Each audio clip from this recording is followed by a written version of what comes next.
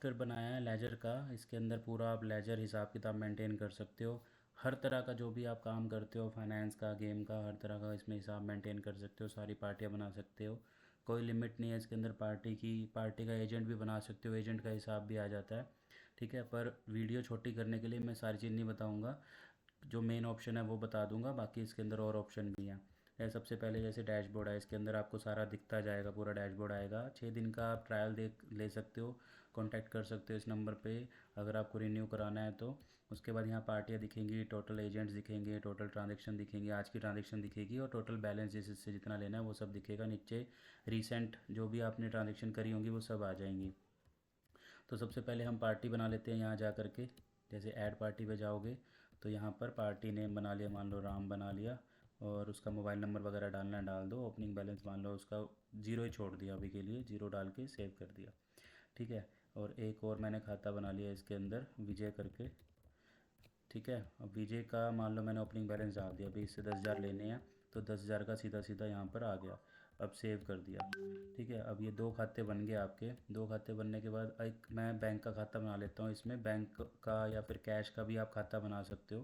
Cash का खाता मैंने बना लिया, 50,000 रुपये कैश ऑलरेडी पड़े हुए हैं तो मैंने यहाँ पे 50,000 डाल के सेव कर दिया।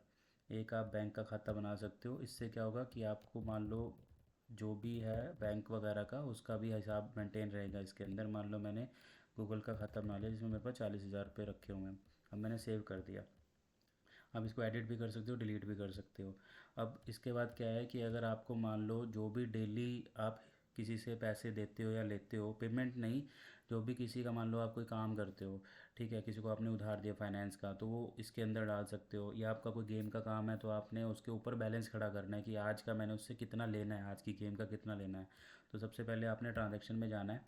ठीक है। या मैच का है तो मैच का कितना लेना है तो आप यहाँ डालोगे। अब आप ऐड ट्रांजेक्शन पे क्लिक करोगे यहाँ से। क्लिक करने के बाद ये आपसे पूछेगा कौन सी पार्टी है। आपने राम सेलेक्ट करा, भाई राम का। और ये ट्रांजैक्शन पूछ रहा है कौन सी है, गेम की है, मैच की है। आप कितनी मर्जी ट्रांजैक्शन टाइप ऐड कर सकते हो, फाइनेंस, क्रिकेट, गेम। ठीक है। वो सब मास्टर में यहाँ ऑप्शन आता है। तो जैसे मान लो गेम के हैं, मैंने आज उससे 15,000 रुपये लेने हैं तो मैंने 15,000 डाल दिए कि भाई आज के उसके मैंने 15,000 रुपये लेने हैं। आप यहाँ डिस्क्रिप्शन डाल सकते हो, रेफरेंस नंबर डाल सकते हो, जो भी है। तो और सेव कर दिया। अब ये दिखा रहा है कि उसके ऊपर 15,000 रुपये खड़े हैं। ठीक है। आज की डेट में 15,000 रुपये मैंने उससे लेने हैं। और अब मैंने क्या करा कि उसकी पेमेंट आ गई तो पेमेंट में जाओ आप, ऐड पेमेंट क्लिक करो। तो यहाँ पर आपसे पूछेगा कि उसकी पेमेंट आई है। आपने राम सेलेक्ट किया, उसके बाद मान लो आज की तारीख में 1 तारीख में उसकी पेमेंट आई है, उसकी 9,000 रुपये आ गए, उसने 9,000 रुपये आपने डलवाए।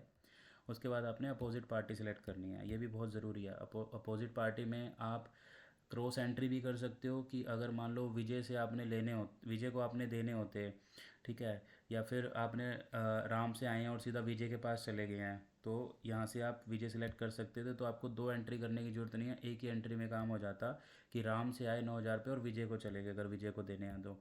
हम यहाँ पे कैश सिलेक्ट करेंगे तो कैश में आपने नोटिस किया होगा कि पहले हमने 50,000 रुपये डाला था कि कैश में 50,000 रुपये पड़े हैं।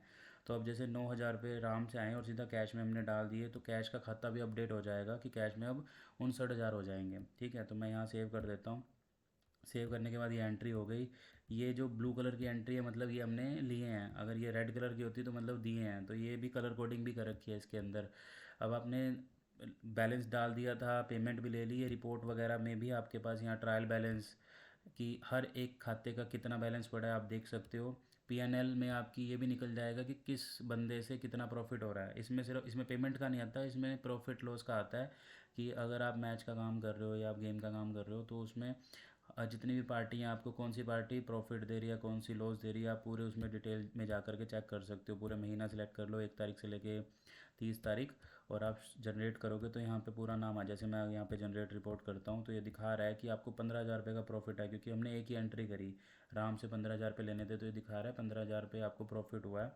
ठीक है। और नीचे राम का नाम भी दिखा रहा है। अगर यहाँ पे आपको लॉस हुआ होता तो लॉस आता तो ये पूरे महीने में अगर आपकी 50 पार्टियों में कुछ में प्रॉफिट हुआ है कुछ में लॉस हुआ है तो ये दोनों दिखाएगा कि टोटल प्रॉफिट पूरे महीने में कितना हुआ, लॉस कितना हुआ और नेट अमाउंट कितना है। ठीक है। और उसके बाद नीचे सारी पार्टियों को दिखाएगा तो आप यहाँ से ये भी देख सकते हो कि कौन सी पार्टी मेरे को प्रॉफिट दे रही है, कौन सी लॉस दे रही है। ऐसे ही यहाँ पे पेमेंट समरी आती है। पेमेंट समरी में भी आप जनरेट करोगे तो ये दिखाएगा कि किससे कितनी पेमेंट आई पूरे महीने में। ये तो आज की दिखा रहा है, पूरे महीने की भी सिलेक्ट कर सकते हो, डेट सेलेक्ट कर सकते हो, एजेंट का नाम भी डाल के फ़िल्टर कर सकते हो कि किसी एक एजेंट की देखनी है।